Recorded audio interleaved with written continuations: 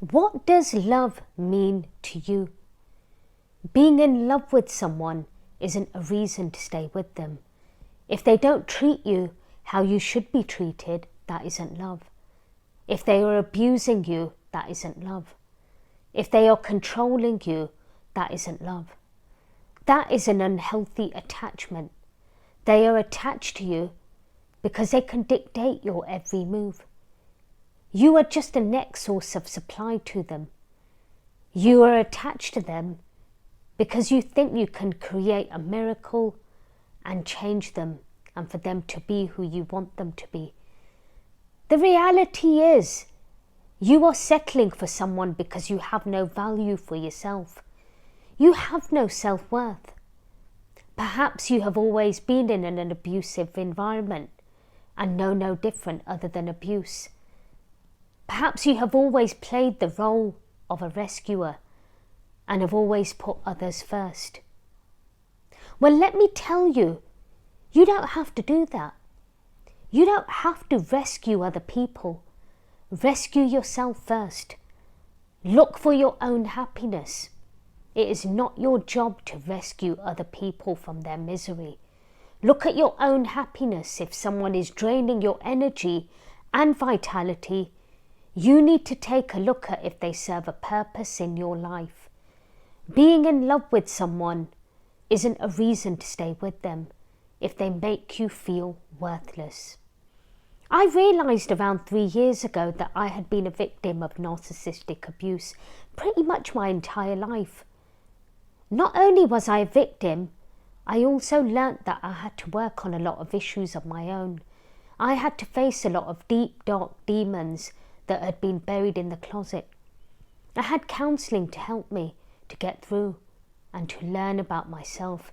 That was my biggest thing that I did for myself.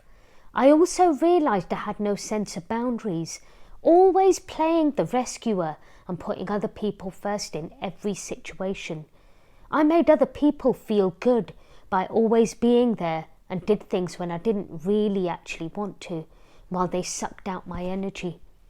I had this with friends, family, and in all of my relationships. If I didn't do things for other people, I was riddled with guilt. Now I ask myself, did these people really care?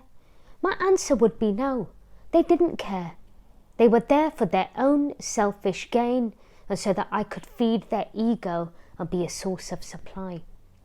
They used me. These last couple of years I have learnt to be a little more selfish. I put my needs first. I ask myself if these people are healthy for me. If they aren't, I distance myself.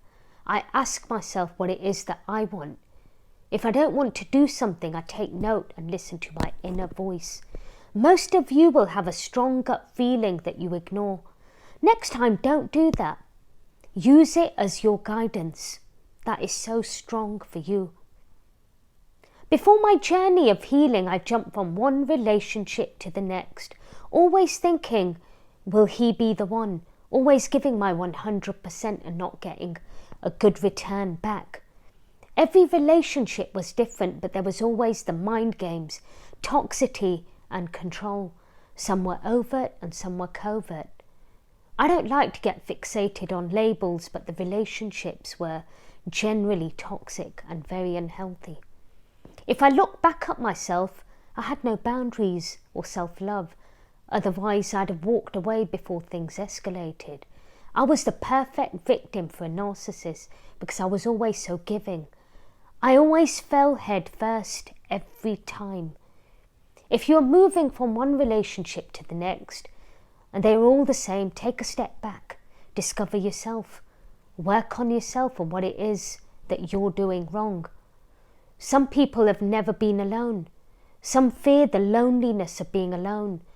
But let me tell you that being with someone that is emotionally unavailable will feel like a loneliness like no other. It'll feel like the worst loneliness you can experience. I have had time out now. It has been 4 years since my last relationship. I'm happy alone. But other people define your happiness when you're with someone. I get remarks that say, I hope you find happiness. This is simply their judgment that just because I'm alone, I am unhappy.